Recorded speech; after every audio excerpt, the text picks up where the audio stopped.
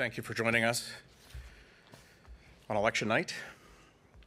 I'm pleased to report that Pennsylvania held yet another safe and secure election.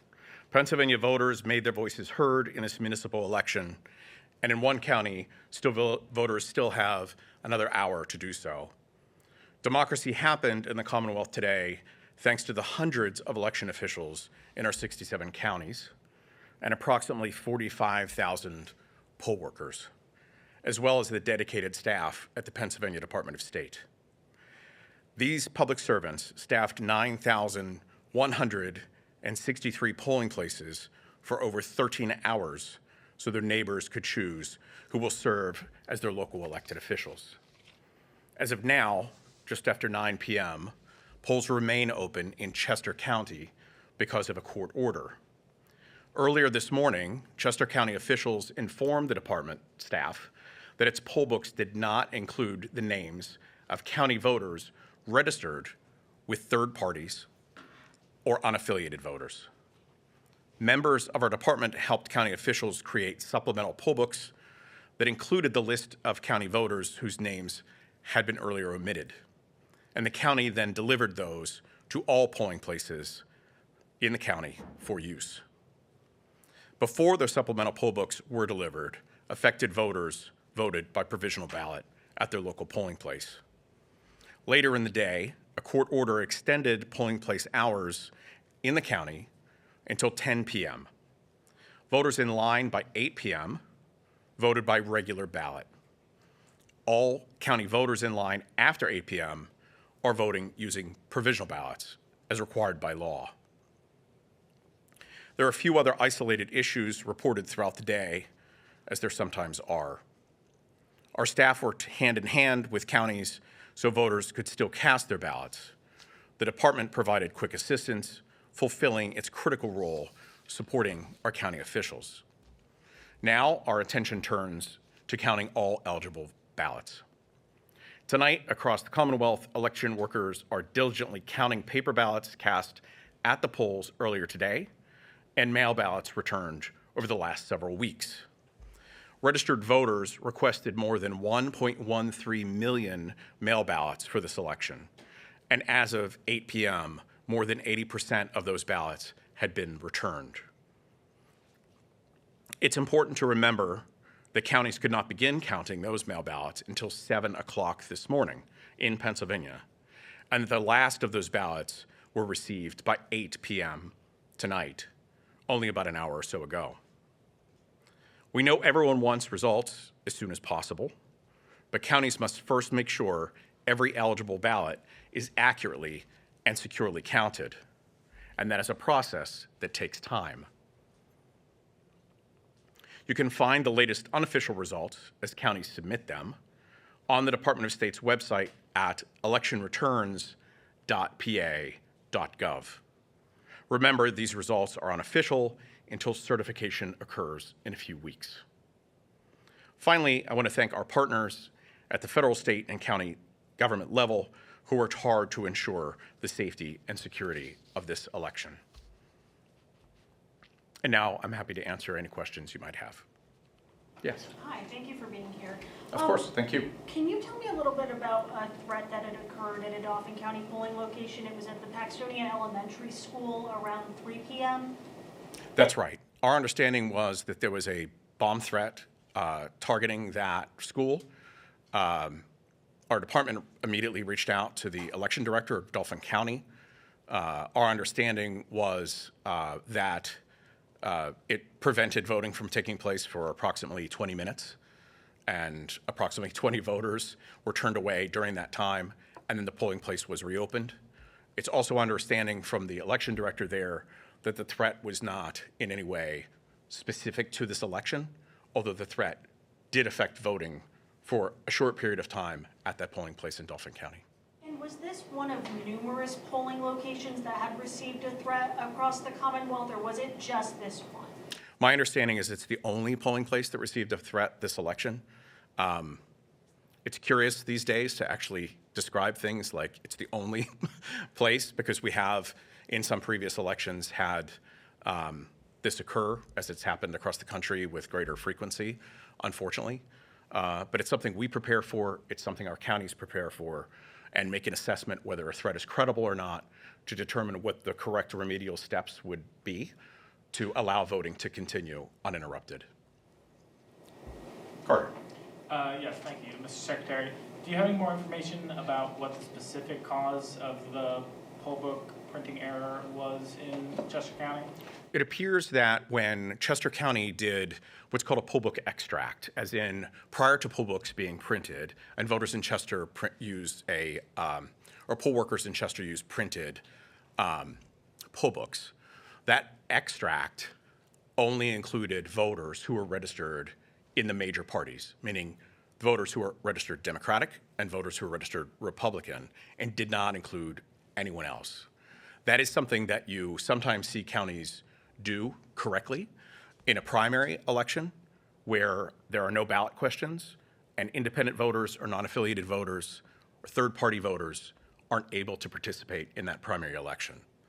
So it appears that Chester did that poll book extract and only included major party voters. So we work closely with them to generate what are called supplemental poll books.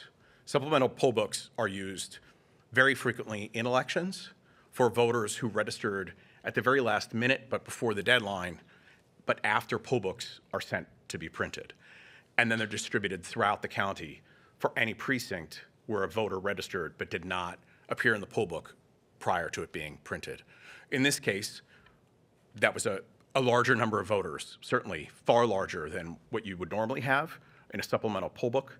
So we worked with the county to assist them in generating the supplemental poll books that included all voters who had been omitted when the poll books were printed. And again, that includes, it's easier to describe who it included rather than who it excluded, in the sense that, again, it included Democrats and voters registered in the Democratic Party and the Republican Party, but no one else. Thank you. And if I may follow up, an election director I was speaking with today pointed out to me that if Chester County, as you pointed out, they use paper poll books, if they had been using electronic poll books, perhaps the need for voters to vote provisionally in that time when the supplemental poll books were being printed could have been avoided, but only if those poll books were allowed to be connected through the internet to the county's voter database so that they could be updated automatically. The state doesn't currently allow that connectivity, but I understand election directors have been asking for that for some time. Is that something that the department is considering changing? There have been some election directors asking for that. When I went, as you know, to visit the election directors in all of our 67 counties, some requested poll book connectivity. Some said that they would get electronic poll books if there were connectivity. Others said they will never get electronic poll books. And others who had electronic poll books said that they like electronic poll books, but they would never want that connectivity. So there isn't complete unanimity when it comes to our counties. We have a minority of our counties who use electronic poll books at this point. It is something that we have been constantly reassessing and working with OA on to determine what steps would need to be taken prior to permitting counties with electronic poll books to establish that connectivity in real time. One thing that we do require, and that counties have done, rightly so, is when they use electronic poll books, they also print a paper poll book backup. So if there is an issue, if service is somehow interrupted or anything like that with an electronic poll book, they can fall back and use a paper poll book as well. Thank you. Of course. I want to add and stress again that although non-affiliated, unaffiliated third-party voters were not included, there were provisional ballots available at the polling places for those voters to use to vote, so voting could continue in a way that was uninterrupted. Every one of these things in every county spends months, probably about 6 months, preparing for the next election to avoid any issues on election day. When issues do occur, however infrequently, the most important thing is that counties are prepared to deal with those issues when they occur to prevent a situation where voters can't vote. We work closely with our counties to do this. We establish a training unit to help train newer election directors to minimize opportunities for mistakes to even occur. But the most important point after an issue is identified is that everybody focuses on how to correct that issue to allow voting to continue uninterrupted. There were some reports, might be too strong a word, claims that provisional ballots were running out at some of the precincts. Do you have any idea of whether or not those were credible, if any of the precincts ran out of provisionals or anyone was prevented from being able to vote for that reason? I did see some chatter on social media related to it. Judges of elections at every polling place, at every precinct, as they go through using provisional ballots, when they begin to run low, they are trained in advance of every election to reach out to the Board of Elections to receive more provisional ballots so they never run out. When that occurs, the county will run additional provisional ballots out there so that they don't run out. We know that Chester immediately began preparing additional provisional ballots. And one thing that was very encouraging is other counties stepping up to offer assistance to Chester County.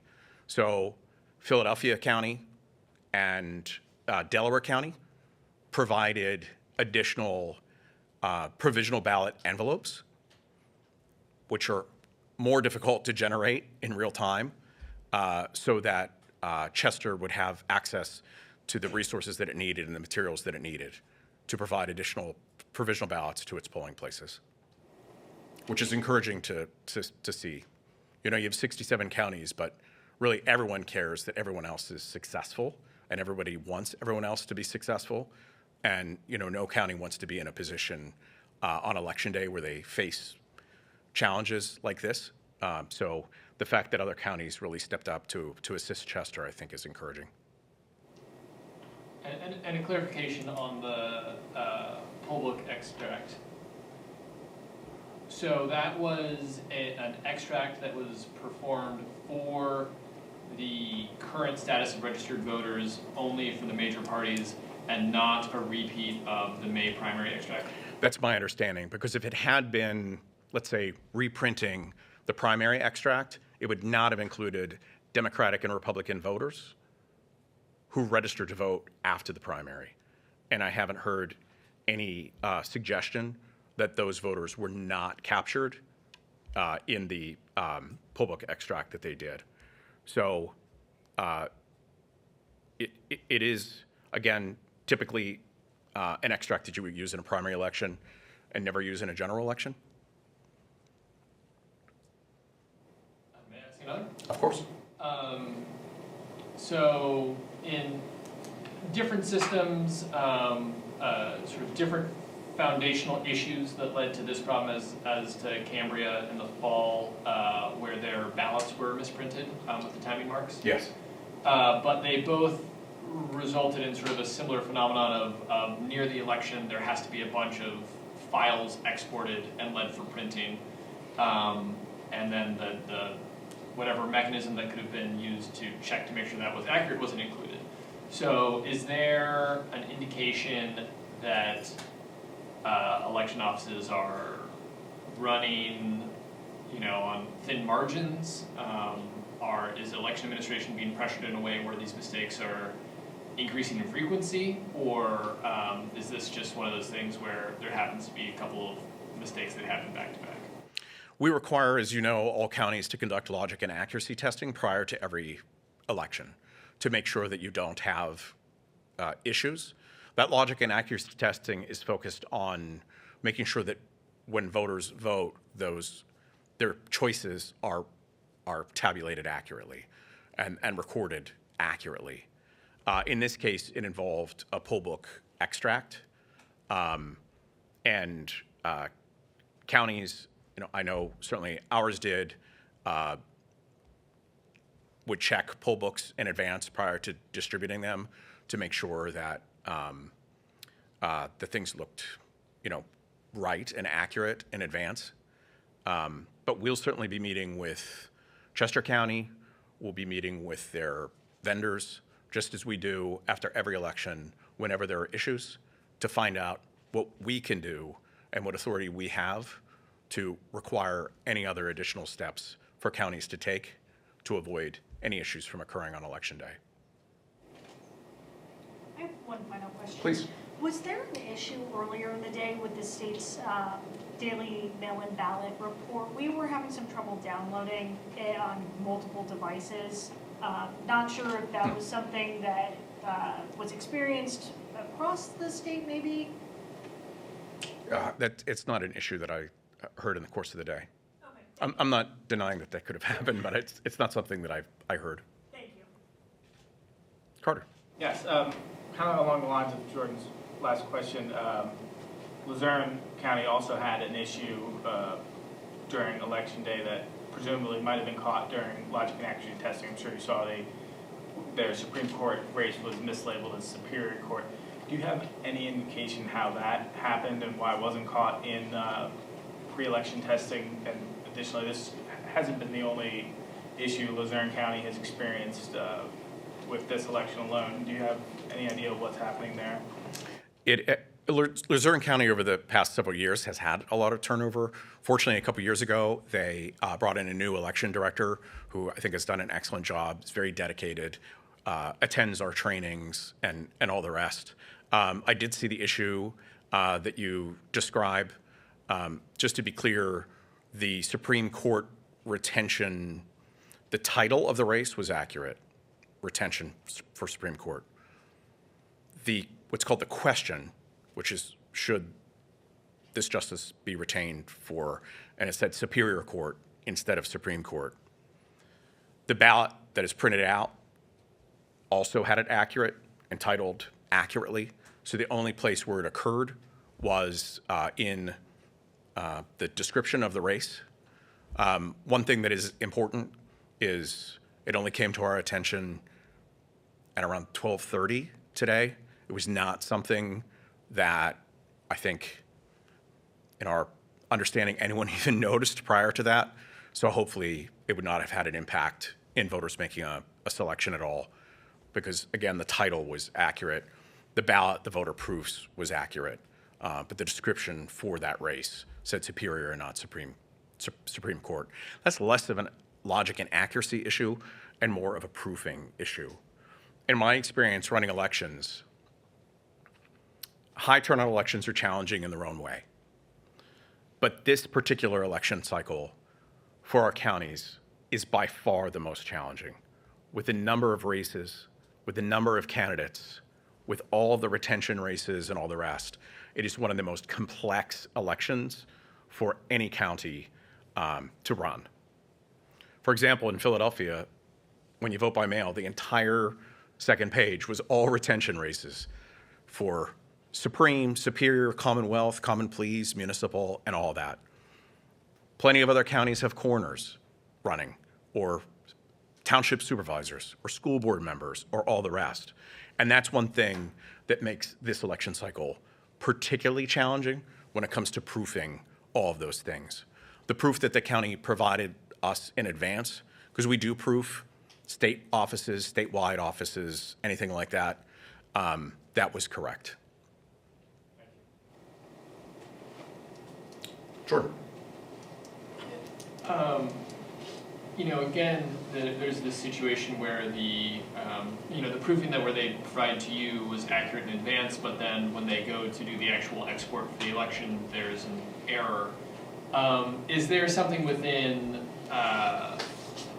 would that be a county-specific election management system problem? Would that be somehow a problem with Sure that could be fixed with some sort of programmatic, make sure you check your math and you don't have the wrong updates problem? Like, is there some sort of system change that could prevent these kinds of issues? For the issues you described, it's really a proofing issue or a logic and accuracy testing issue that is conducted by county officials or the vendors that they bring on to assist them to prepare for the election. As you know, the Pennsylvania Department of State has immense responsibility, but very discrete authority. There are certain things that we do have the ability to require counties to do, and others that we cannot necessarily require counties to do. No one at the county level ever wants to get anything wrong, ever, under any circumstances, whether it's a typo or a mislabeled race or a misspelled name or something like that. They're very well aware of the importance of proofing. They're very well aware of the importance of logic and accuracy testing. And I know it's very challenging for them when something like this occurs. And then since there will be such a significant number of provisional ballots, at least considering local races in Chester County, could you describe the process for how those provisional ballots were kept secure in precincts, how they're returned to the election office, and the process that they'll have to go through before they can be counted? They're returned, they're time-stamped, they're organized probably by ward and precinct prior to review. The county will first complete mail ballots that are returned so that it can record whether a voter voted by mail already. They will update to record all the voters who voted in person on election day before determining whether a provisional ballot can be counted or not. Because if the voter voted in person on election day or the voter voted by mail, their provisional ballot would not count. Then it begins an excruciating process of reviewing the provisional ballot to ensure that, not the ballot envelope, to ensure that it's completed correctly, to ensure that the voter's a registered voter. If they're registered in one precinct and they vote in a different precinct, only the votes will count for the races that are the same in both precincts. It will not count for a voter voting in a race they were not otherwise eligible to vote for. And that process takes time. That process takes place with observers from the parties and candidates in the room, if they choose, to sort of scrutinize the whole process. One thing that I would like to mention is that early this year, we worked very closely with the counties to redesign the appearance of the declaration envelopes. As you might know, a couple years ago, we worked with the counties to redesign the appearance of the declaration envelopes for mail-in ballots. This past year, we worked with the counties to redesign and provide a template to improve the appearance of the declaration envelope for provisional ballots.